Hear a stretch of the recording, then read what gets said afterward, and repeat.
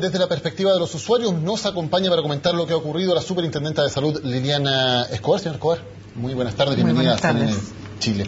¿Qué implicancias tiene este fallo de la Corte Suprema? ¿Significa que definitivamente no hay nada más que hacer para los usuarios en torno a las alzas GES? Bueno, el Tribunal Supremo justamente es el que resuelve, y todos los casos que habían sido llevados hasta este nivel después de los fallos de la Corte de Apelaciones quedan, digamos, sentenciados de esta manera.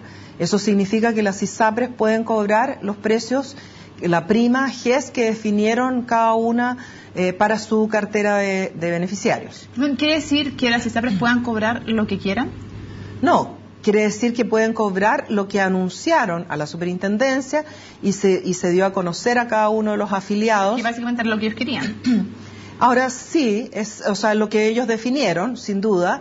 Ahora, en este fallo, lo que queda establecido y uno de los argumentos, digamos, que da esta sentencia, es que efectivamente en cada oportunidad, en cada periodo en que hay modificaciones en el GES, la ley que definió este gran proyecto sanitario definió las condiciones de modificación, y estas condiciones de modificación afectan tanto el mundo público como el mundo privado. Independiente que en el caso de los beneficiarios del FONASA pagan solo el 7%, sin duda Hacienda define un presupuesto para solventar estos gastos, y es por eso que quedó definido que se hace un estudio de costos previo a la dictación de cada uno de estos decretos. ¿Y las ISAPRES en sus alzas de precios tomaron en cuenta ese estudio? Bueno, justamente lo que me iba a referir es que la prima GES de beneficiario año que definió el Ministerio de Hacienda para este periodo fue de 3,77 UF y el promedio de alza de las ISAPRES es 3,78. Y eso significa, ese 3,77 es un promedio ponderado entre los beneficiarios del sistema público, FONASA, y los beneficiarios del sistema ISAPRE. Por lo tanto, es una cifra bastante cercana al resultado de este estudio, verificación que lleva el Ministerio de Salud. ¿Hay alguna cifra que esté por sobre eso? Hay algunas, claro, es el promedio. ¿Y eso es legal? De acuerdo a voy usando los argumentos del fallo, justamente establecen que está definido cuál es el procedimiento, en qué condiciones pueden aplicar y por lo tanto entonces es legal y no es arbitrario, porque aquí hay una adición de beneficios que no definen las propias ISAPRES, sino que define el Ministerio de Salud. Lo que no entiendo es si básicamente no tienen ningún tope las ISAPRES para subir las primas por auge. O sea, si se les ocurra subirlo incluso el doble de lo que lo subieran, ¿pueden hacerlo? Sí, de acuerdo a eso pueden hacerlo.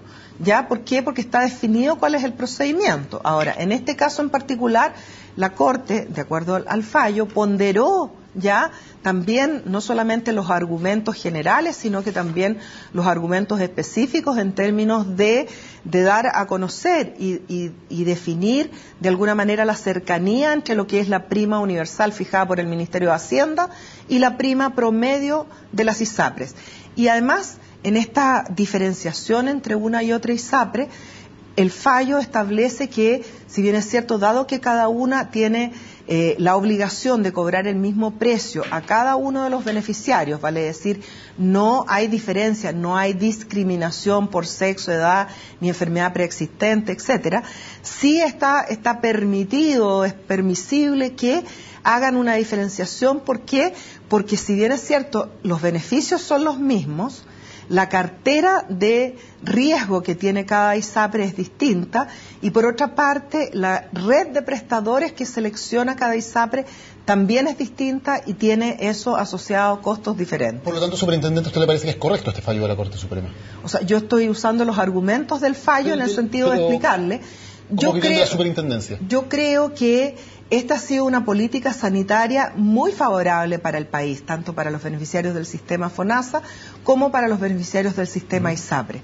Y este fallo lo que hace es refrendar ya lo que la ley estableció, dándole entonces así continuidad a este proyecto y permitiendo, digamos, superintendenta, pero lo que es favorable es... Si puedo terminar la frase, permitiendo entonces su continuidad a través del tiempo, en términos de que ha habido un avance desde los 25 primeros problemas hasta 80 problemas de salud, ya que son los hoy día vigentes.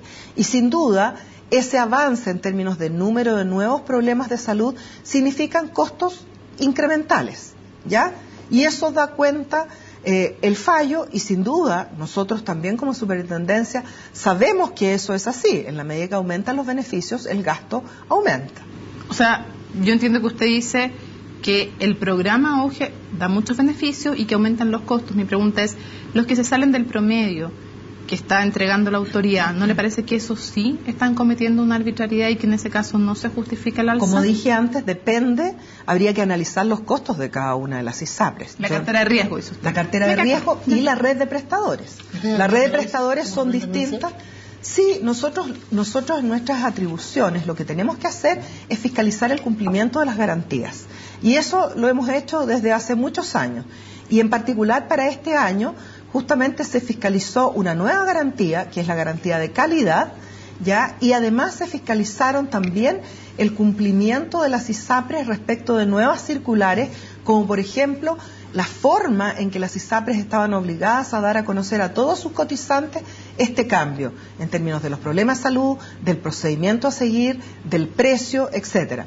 Y nosotros verificamos que las ISAPRES cumplieron este mandato dictado a través de una circular por la superintendencia. Para que nos quede absolutamente claro, con este fallo, con las consideraciones que hace la superintendencia, las ISAPRES quedan en libertad absoluta para definir cuánto suben los planes GES si hay una próxima adición de nuevos problemas de salud. Ellos van a tomar su decisión autónomamente, libremente, de acuerdo a lo que ellos consideren que es lo correcto. ¿O hay algún obstáculo? No, la ley no estableció topes, ¿ya? No están establecidos esos topes, ¿ya? Por lo tanto, ellas tienen la atribución. Lo observado respecto de este periodo, 2010, con adición de 11 problemas de salud, se ajusta o es muy cercano al cálculo estimado para el total de beneficiarios del sistema, incluyendo la mayor parte de beneficiarios del FONASA. Por lo tanto, ese es un elemento en términos de decir, esto no parece arbitrario, dado que un estudio llevado a efecto, digamos, o liderado por el Ministerio de Salud y validado por el Ministerio de Hacienda, da cuenta de que ese es el costo promedio en razón de una estimación de demanda. Eso se entiende, lo que pasa es que en los que se acercan se entiende el argumento, en los que se escapan del promedio establecido por la autoridad también está permitido. Pero le quería hacer otra pregunta.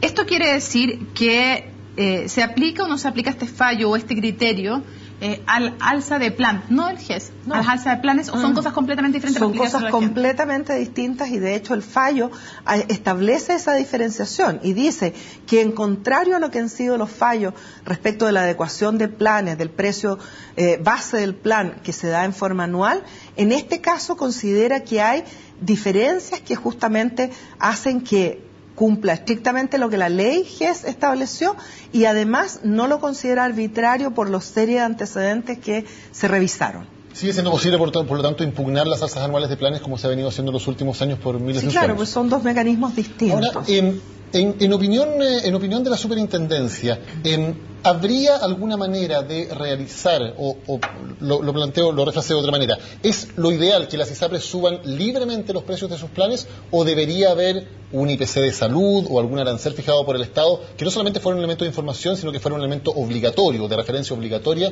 al momento de fijar las alzas de los planes GES? Bueno, en parte de un proyecto de ley que ha estado en trámite, ¿no es cierto?, en el Parlamento, respecto del Plan Garantizado de Salud, que incluye todos los beneficios del GES, respecto de ese plan, ya se estaba asociado a un IPC de la salud.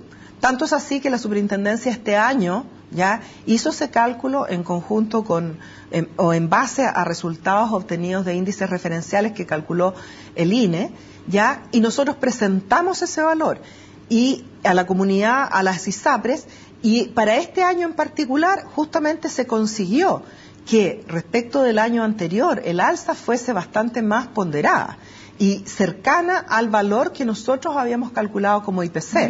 Por lo tanto, como referente, comprobó desde nuestro punto de vista su utilidad.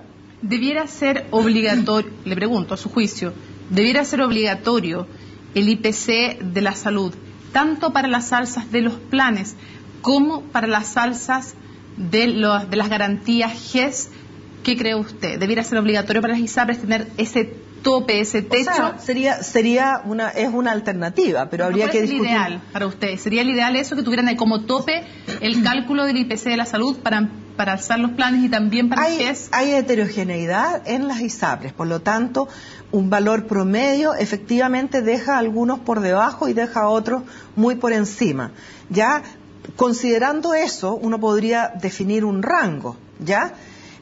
Tanto para arriba del promedio y tanto para abajo. Exacto, ya en términos de dar alguna flexibilidad al sistema, pero todo eso pasa por una modificación legal, ¿ya? La propuesta que incluía un IPC fue finalmente rechazada y estaba en discusión si era referencial o era obligatorio, y eso no ocurrió, digamos, en términos de ser aprobado. Pero nosotros como superintendencia creemos que un ente técnico tiene que efectivamente hacer este análisis, a lo menos para tenerlo como un referente concreto, no arbitrario. En el fallo 4-1 de la Corte Suprema, el voto en contra es de la ministra Gloria Ana Chevesich, que dice lo siguiente: la información proporcionada al afiliado resulta notoriamente insuficiente para que pueda aquilatar la razón por la que la ISAPRE alzó el precio de su contrato de salud. Por ello, la medida es inmotivada, injustificada y arbitraria. ¿Es efectivamente insuficiente la información que proporcionan las ISAPRES, como dice la ministra Chevesich en su voto de minoría? Bueno, no sé exactamente a qué información se refiere, pero respecto... A la información entregada por las ISAPRES. Pero al momento del alza o a la información entregada por las ISAPRES para este fallo, no me queda claro. La información que le proporciona al afiliado la ISAPRES. La información que le presenta al afiliado está definida por una circular de la superintendencia e incluye materias tales como, ¿ya?, cuáles son estos nuevos problemas de salud, en qué periodo entra en vigencia, cuál es el procedimiento que tiene que seguir el afiliado para hacer uso de esto, ya cuál es el precio, y también, ya, no en el formato que nosotros indicamos, pero sí en términos de que reconozca que efectivamente hay nuevos beneficios. Pero se incluyen las razones, la explicación de por qué el alza tiene que ser de ese porcentaje, porque me imagino que a eso se refiere la ministra Chevesich. La información que le permita aquilatar por qué se suben en tal cantidad los precios. No necesariamente es un mandato, ¿ya?, el incorporar esta información, porque tal como ustedes están comentando, hay un estudio que es bastante complejo, ¿ya? Uno podría decir, para la próxima vez incorporen cuál es el valor de la prima universal definida por el Ministerio de Hacienda, pero no necesariamente uno podría concluir con ese dato que las personas van a entender que efectivamente detrás de esto hay costos asociados. Pero no encuentra usted que es insuficiente la circular, porque usted me dice el periodo para el cual rige, el precio, cuáles son la red y cuáles son las patologías también asociadas. Pero con eso, si me dicen incorporaron tantas patologías, esta es la red en la que se puede atender, este es el periodo en el que rige y esto es lo que le va a costar el auge, a mí honestamente con eso no me queda claro por qué me lo subieron. Bueno, por eso digo, sería bastante más complejo incorporar toda la información relativa a los estudios de costo. Lo mínimo sería que me dijeran la verdad es que en el estudio la superintendencia determinó que esto debiera ser esto debiera ser como el precio referencial de alza, y nosotros, que somos ISAPRE, estuvimos por debajo de eso o estuvimos por sobre. Eso debería ser también. Por eso digo, se podría agregar este valor de la prima universal que calcula y que define el Ministerio de Hacienda, no nosotros como prima universal por beneficiario año. Como ¿ya? el mínimo que uno debiera tener como referencia y que ustedes deben poner como obligatorio en la circular. Entiendo yo que con eso sería suficiente, o sea, habría mucha más información que agregar, ¿ya? La pregunta es, claro, las ISAPRES funcionan como un mercado finalmente, y el sistema se justifica en la base en que el usuario tome medidas informadas y premia a los que brindan un mejor servicio a un mejor precio y castiga a los que hacen lo contrario. Si los usuarios ni siquiera tienen esa información oficial como para poder hacer, por ejemplo, esas comparaciones, es decir, mi ISAPRE me está subiendo más que el promedio, tal vez pienso en cambiarme a otra ISAPRE. Nosotros como superintendencia también tenemos en la página web un ranking de ISAPRES en que justamente tratamos de concentrar la información para facilitarle al usuario la revisión no solo de este indicador de cuánto está cobrando, qué porcentaje tuvo el alza, qué porcentaje de alza tuvieron la adecuación de los planes, qué porcentaje de reclamos tienen, qué número de multas o sanciones han sido aplicadas, qué montos, etcétera. Una serie de información que pretende ayudar, porque en realidad es bastante complejo el sistema como para poder entenderlo y darlo a conocer en unas pocas frases. Es tan complejo el sistema, es tan imposible que lo puedan entender los usuarios. ¿Tiene sentido armar un sistema que está basado en una supuesta libertad de elección, que además tiene el problema que por las preexistencias para una enorme cantidad de usuarios esa libertad de elección en la práctica no existe? Pero cuando se da libertad de precios, uno entiende que es porque es un mercado que funciona. Los mercados que no funcionan, que son regulados, se regulan los precios. Si hay libertad de precios, el mercado tiene que funcionar. Pero vemos que los usuarios no pueden entender la información, que la información es demasiado compleja y que más muchos de ellos están casados en un ISAPRE. Entonces, ¿de qué mercado estamos hablando? Respecto del tema, el tema de las preexistencias, ¿ya? Para el tema GES, que es lo que nos convocaba, no existen las preexistencias. Las personas no necesariamente, independiente de que no la hayan declarado, la ISAPRE tiene que darle los beneficios. No, pero la persona no puede cambiarse de ISAPRE porque otra le suba menos el precio porque está casada en la ISAPRE por las preexistencias. Para otras podría coberturas ser. Que no sean GES. Y es por eso que en este plan garantizado que estaba propuesto, justamente se eliminaban las preexistencias para el plan garantizado. O sea, hay modificaciones del sistema que están por hacerse, pero eso pasan por modificaciones legales. Superintendente, y no ha habido acuerdo en esas modificaciones legales. Superintendenta, ¿ustedes tienen la facultad o no de pedirle a las ISAPRES que entreguen información como la que usted dice, por ejemplo, que tiene en la página web? Porque me imagino que usted la tiene en la página web de la superintendencia es porque es entendible, la están entregando de forma entendible, me imagino, a los usuarios. ¿Ustedes tienen la obligación de que esa misma información la entreguen las ISAPRES? ¿Pueden obligar a las ISAPREs a hacerlo? Podrían obligarla, pero ¿y por qué no la han obligado? ¿Por qué? Porque si usted la pone en la página web porque es útil y es entendible. Porque no obligan a las ISAPREs a tener esa información, entregársela en cartolas porque o en cada una tendría que publicar sus propios datos y eso no permitiría la comparabilidad. ¿Por qué no en pueden la página web que ustedes a que publiquen la información comparada? Podríamos obligarlos a tener el link con la superintendencia, pero necesariamente los datos los llevamos nosotros. Sí, ¿ya? ustedes lo llevan, pero no pueden obligar a las ISAPRES a entregarlo. Pero es que entregarlo sería por la misma vía, ¿ya? En términos de... Que me la entreguen en una cartola, que me la entreguen como información a mí como suscriptora de una ISAPRE, como cliente de una ISAPRE.